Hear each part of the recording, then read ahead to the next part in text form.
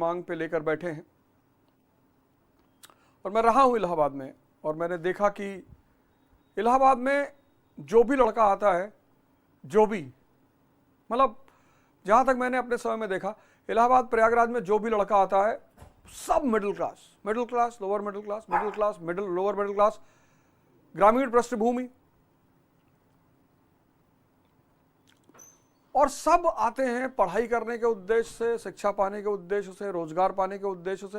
ये इलाहाबाद का सबसे बड़ी विशेषता है प्रयागराज की। और वहां का युवा, वहां का जो विद्यार्थी है वो बहुत शांतिप्रिय है, पढ़ा लिखा है, समझदार है।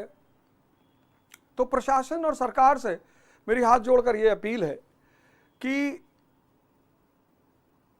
आज के दौर में जब रोजगार को लेकर इतना जबरदस्त प्रतिस्पर्धा है, तो उसमें स्टूडेंटों की बात पर गौर फरमाया जाए, गौर किया जाए। और स्टूडेंटों से मेरी अपील है कि आप एक डेलीगेशन बना लें और डेलीगेशन के तहत आयोग के अध्यक्ष से मिल लें और सरकार के प्रतिनिधियों से मिल लें। मतलब आप जो कि इतने पढ़े लिखे समाज से हैं, तो ये दो काम आप करिए।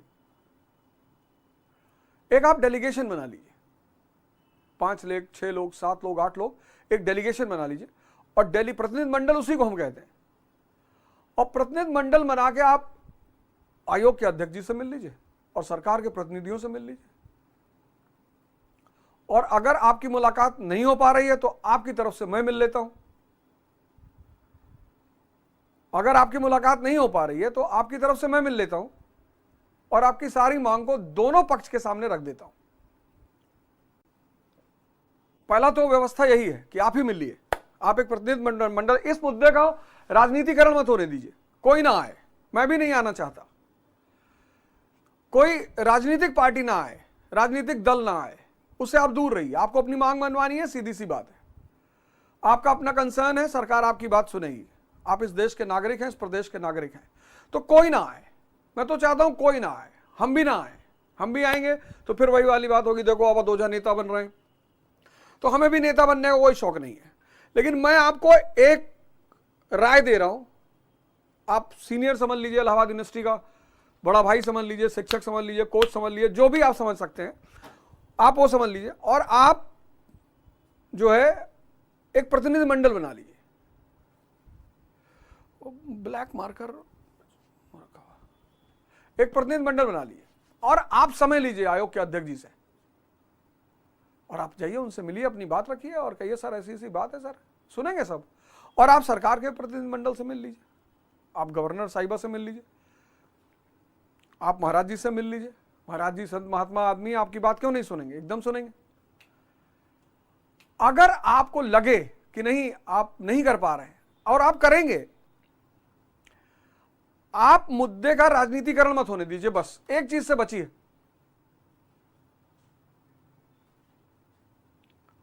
सिर्फ एक चीज से बचिए, आपका काम हो जाएगा।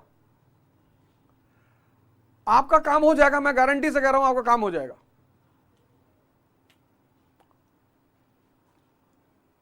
बस उसके राजनीतिकरण से आप बचिए, किसी को मत आने दीजिए। हम भी नहीं आएंगे, हम ही क्यों आएंगे भाई? हमको आप पढ़े लिखे नहीं, आप ग्रेजुएट नहीं, आप पोस्ट ग्रेजुएट नहीं है, आपको लिखना नहीं आता, आपको आवेदन करना नहीं आता, आपको प्रस्ताव रखना नहीं आता, आपको पिटीशन देना नहीं आता, तो फिर आपको जरूरत तो उन लोगों को होती है जिनको ये सब शब्द ही नहीं पता, पिटीशन क्या है, प्रस्ताव क्या है, प्रतिनिधि मंडल क्या है। आप विद्यार्थी, इतनी बड़ी विश्वविद्यालय और इतना बड़ा शहर, वहां के आप स्टूडेंट, आपको किसी की जरूरत ही नहीं भाई। यूनियन की जरूरत वर्किंग क्लास को है, किसानों को है। बहुत सारे लोग नहीं पढ़े, उनको नहीं तरीका पता, उनको नहीं पता क्या होता है। आप तो सब जानते हैं। तो पहला मॉडरेट चरण होना ही चाहिए, पिटीशन एंड प्रेयर। चरण का वायलेशन मत करिए। और सरकार से मेरी हाथ जोड़ के निवेदन है कि मैं ये कहना चाहता हूं, मैं देखा हूं, हम मनोज गुप्ता सीनियर थे हमारे, मनोज सर, और ज्ञानेंद्र प्रसाद जायसवाल अभी हाई कोर्ट के लॉयर हैं, महान जी, 3 लोग एक रूम में रहते थे बेली में। घर से अनाज लाना, कोई गेहूं लेकर आता था, कोई चावल लेकर आता था, कोई आलू लेकर आता था। और एक जो सन्यासी का जीवन होता है वो हम जीते थे।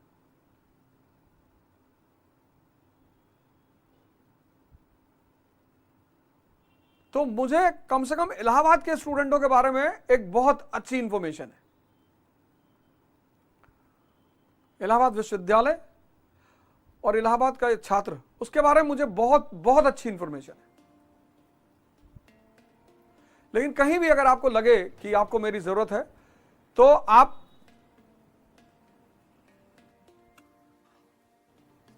मुझे कांटेक्ट कर सकते हैं, मुझे व्हाट्सएप कर सकते हैं। ये नंबर मेरा व्हाट्सएप का नंबर है, आप मुझे इस नंबर पे व्हाट्सएप कर सकते हैं। इस पे कॉल तो कभी उठती नहीं, लेकिन इस नंबर पर आप मुझे व्हाट्सएप कर सकते हैं और मैं आपके जो काम आ सकता हूं वो आऊंगा। लेकिन फिर मैं वही कहूंगा, आप किसी को नेता मत बनने दीजिए। फिर मैं लास्टली वही बात कहूंगा ना, आपका मुद्दा है, आप सीधे ले जाइए। आप स्टूडेंट, प्रतिस्पर्धी, आप किसी को नेता मत बनने दीजिए, मुझे भी नहीं बनने दीजिए। कोई राय लेनी है मैं आपको दे दूंगा।